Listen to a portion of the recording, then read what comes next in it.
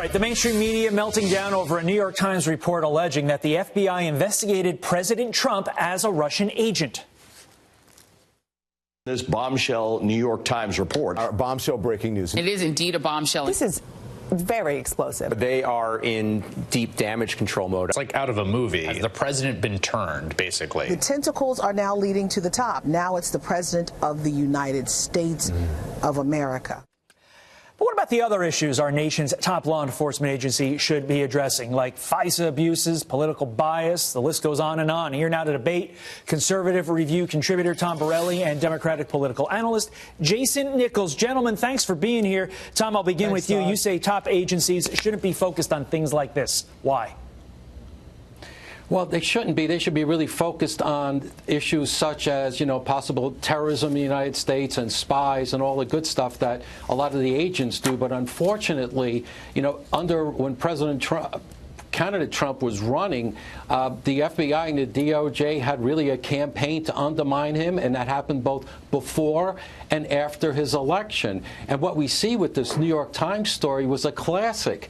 The New York Times was fed part of a transcript that was most damaging to President Trump, and they happened to left out the part that one of the conclusions of the testimony was it was political bias at the FBI and the emotions surrounding it that led to this investigation of President Trump.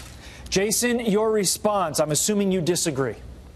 I do. I think that, first of all, the FBI can chew gum and walk at the same time, so they're absolutely looking at terrorism and many of the other important issues.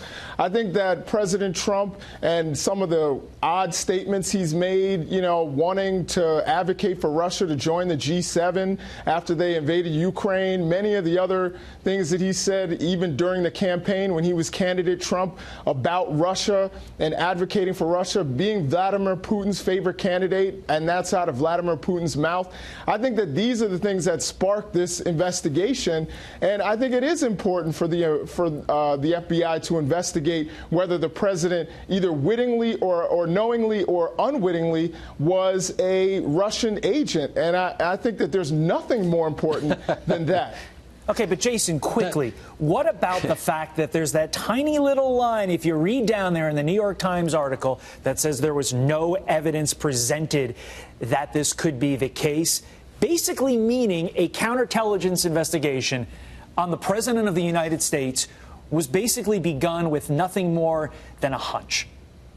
Well, I don't think it was done with nothing more than a hunch. It was done with President Trump's own public statements that were unprecedented and odd, and the investigation occurred, and this is what investigations do. They investigate and try to find evidence.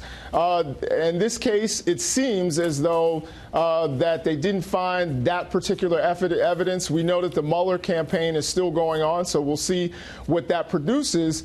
But I think that this was an important investigation, whether you think that it was productive or not. Okay, Tom, last word to you.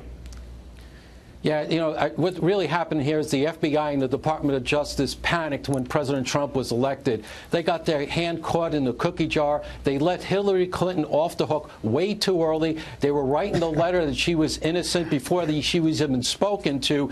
The page and struck text messages shows the bias. The Department of Justice Inspector General report showed there was bias. It was bias all over. They were trying to hide themselves from this corrupt agency. Now they're cleaning house. Comey's gone, McCabe is gone, Page and Strzok are gone. I think more need to go, and then we can get back to running the country.